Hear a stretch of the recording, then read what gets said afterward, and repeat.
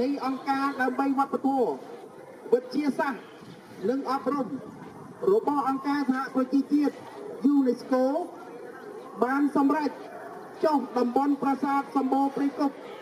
ទៅក្នុងបញ្ជីបេតិកភណ្ឌពិភពលោកតាមរយៈ Decision 41 COM AD 15នៅក្នុងកិច្ចប្រជុំលើកទី41របស់ខ្លួននៅទីក្រុងក្រាកូវនៃប្រទេសប៉ូឡូញតាមសំណើរបស់រាជរដ្ឋាភិបាលកម្ពុជានេះគឺជាមោទនភាពថ្មីមួយទៀតរបស់ប្រជាពលរដ្ឋនិងព្រះរាជាណាចក្រកម្ពុជាយើងក៏ដូចជាសម្រាប់ប្រជាពលរដ្ឋនានានៅក្នុងតំបន់និងក្នុងពិភពលោកដែលតំបន់ប្រាសាទសម្បូរព្រៃគុកត្រូវបានក្រុមប្រឹក្សាអន្តរជាតិស្ដីពីប្រាង្គប្រាសាទនិងរមណីយដ្ឋាន ICOMOS ទទួលស្គាល់ថាជាកម្ពុជាស្នាដៃដ៏មហស្ចារ្យនៃស្ថាបត្យកម្មខ្មែរនិងមានតម្លៃសកលដ៏ចំណាស់ហើយត្រូវបានបញ្ចូលទៅក្នុងបញ្ជីបេតិកភណ្ឌពិភពលោកយើងខ្ញុំទាំងអស់គ្នា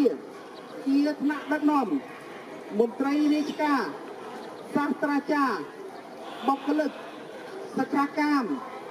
និងនិស្សិតទាំងអស់នៃសាកលវិទ្យាល័យភូមិន្ទកសិកម្មទាំងមូល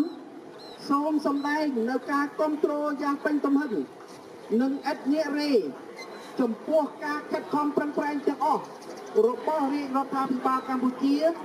ដែលមានសម្ដេចអគ្គមហាសេនាបតីតេជោហ៊ុនសែនជាប្រមុខដឹកនាំនិងសូមចូលរួមអបអរសាទរ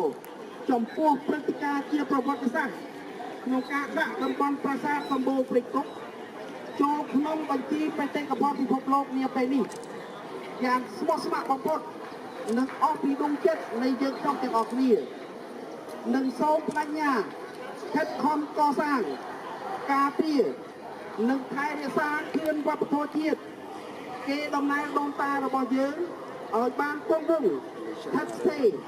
និងយូរអង្វែងតរៀងរហូតទៅសូមអរគុណបើស្រីជា